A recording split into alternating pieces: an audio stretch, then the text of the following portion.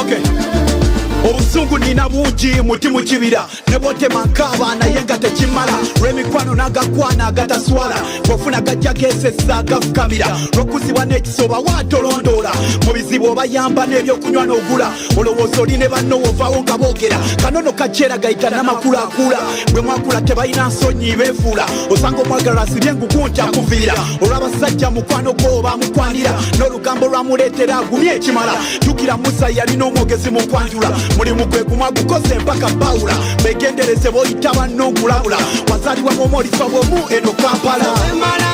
abantu bagende kola kuba tebajjukira tewemalangamu oyo gwoyamba kulaga tolina by'oyamba tewemalangamu akatono kako kalenga nababo tewemalangamu abantu batama abantu tebajjukira nekakutanda n'okola sente n'ozikwatako oba n'okuba kadiru nekakwatayo bakunoonya buli kasonda bazikwateko era obasembeze mu butuufu baziryengako bakuwana bakusuddiyo olemebejjako balinda biyidde bajja obawengako badduka newaabwa nti ewejjula nkoko bagabire esiganye naye aterindako kekali kutanda by'obagabira nga bikuweddeko n'ogezaako bakubira nti munyambeko kulayirira nti n'essimu balizijjako luno si lwalino kale oluyimba lwa Gravity olupya oluvannyuma lw'ebyo ebibaddewo ekisooka kino njagala okukitegeeza buli muyimbi yenna yazzemu oluyimba nga lukuba Gravity liri kale muli bato tewali muntu yakuba oluyimba luli convincing ku nnyimba zonna ezafulumye nga zivuma Gravity liri kale muli bato olwagunirwa olwaziza bafana lwafuluma lwa yali akuba lwasa si lwono naye zonna ennyimba ezafulumye zonna nfu pozi kulikani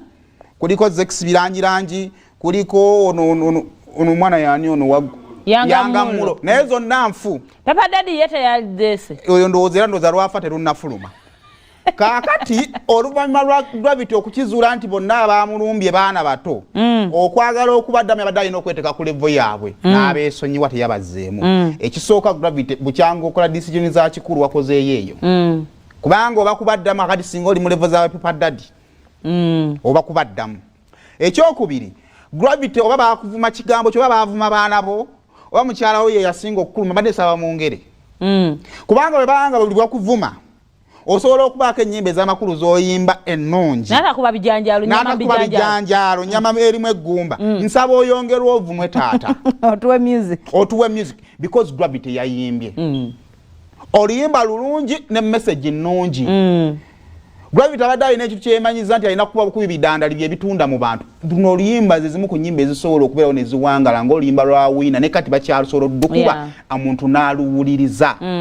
byonna mwebiri